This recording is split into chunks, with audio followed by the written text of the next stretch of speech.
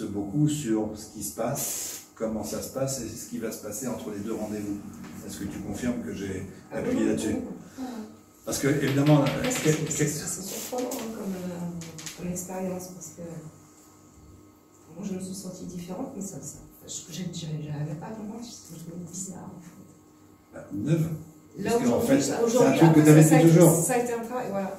Et en fait, aujourd'hui, quand je repense aux choses qui me vraiment faisaient du mal physiquement, ça glisse tout seul. Ça ne m'empêche pas d'y penser, l'histoire est toujours là, mais ça glisse. Vraiment, c'est assez impressionnant. La thérapie n'efface que l'impact, elle n'effacera jamais l'expérience. Si vous avez un thérapeute qui essaie de vous effacer une expérience, d'abord, bon courage, il faut qu'il soit très doué, mais à supposer qu'il le fût, il faut qu'il soit pas très bienveillant. Ça, c'est souvent le thérapeute. Ou très mal formé.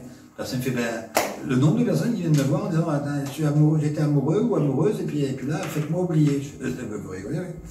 Sinon, on y va à la perceuse, ça va être rapide. Il me fait, oui, mais comment je vais faire? Je fais, comment vous avez fait pour là ou le précédent? Vous savez, celui que, quand vous aviez 14 ans,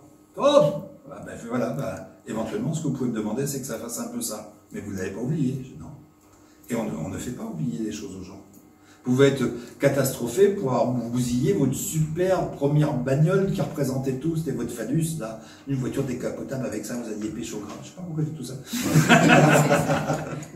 Et donc, hop, et puis là, hop, comme un imbécile, elle est complètement fracassée, là, vous avez l'impression de perdre, votre vie s'envole. Et quand vous y repensez après, c'était quand même une poubelle de grand-mère, le truc là, franchement, voilà.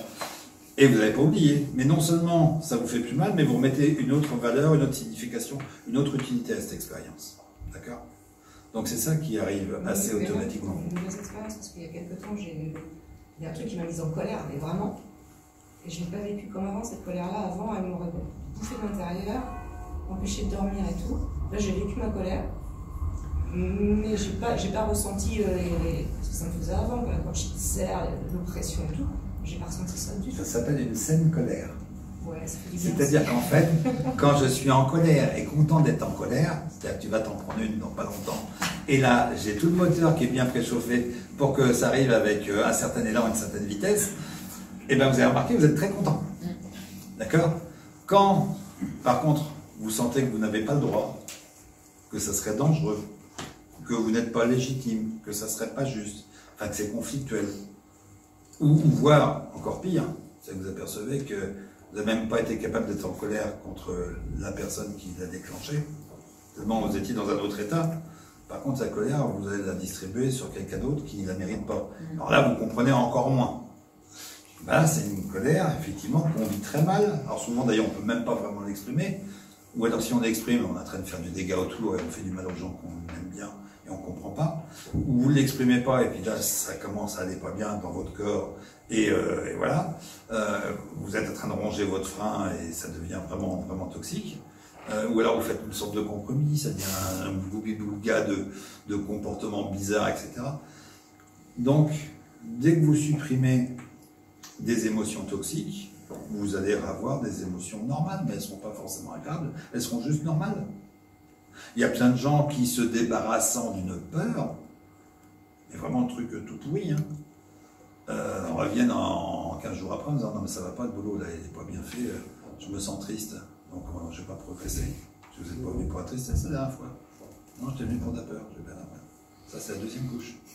Parce que, comme je le dis toujours, et c'est une telle évidence qu'il y a beaucoup de thérapeutes qui l'oublient, vous ne pouvez pas être triste quand vous avez peur. Enfin, quand vous êtes dans la peur, vous n'avez pas le temps. Après, dès que vous êtes vous planquez dans un coin, là, vous pouvez commencer à être triste.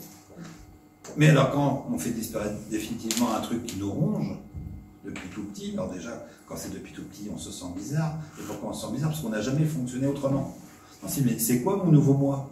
Vous découvrez enfin qu'il y a des chaussures confortables. Vous avez marché avec des brodequins tout pourris qui vous font des oignons là toute votre vie, et tout d'un coup, on vous met dans des mules. C'est bizarre, j'ai l'impression d'avoir des pieds de chameau.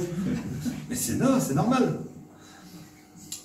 Donc, après s'être débarrassé de quelque chose qui est extrêmement pas agréable, il peut y avoir un autre pas agréable, mais qui peut être un pas agréable plutôt normal. La façon dont ça mérite d'être vécu.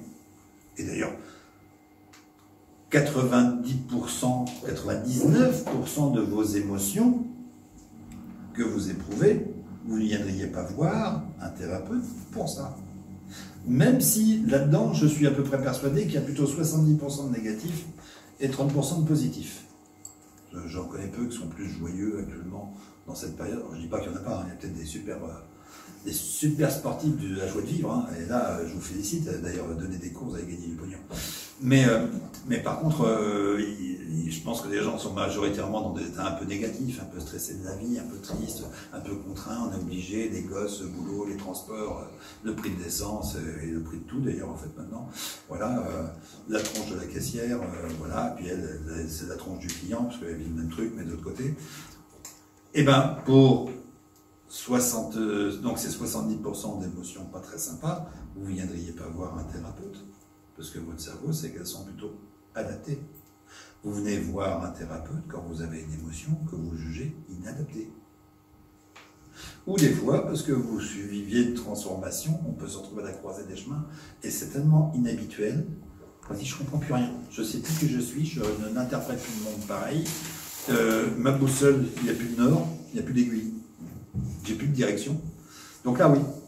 Alors c'est pas quelque chose de toxique, mais c'est quelque chose de confusant, on est dans le flou, c'est pas très agréable, ou des fois c'est agréable, mais on se demande si c'est normal. Enfin bref, ça peut être une raison pour consulter, pour rebondir à la question que tu posais au début. Ok ?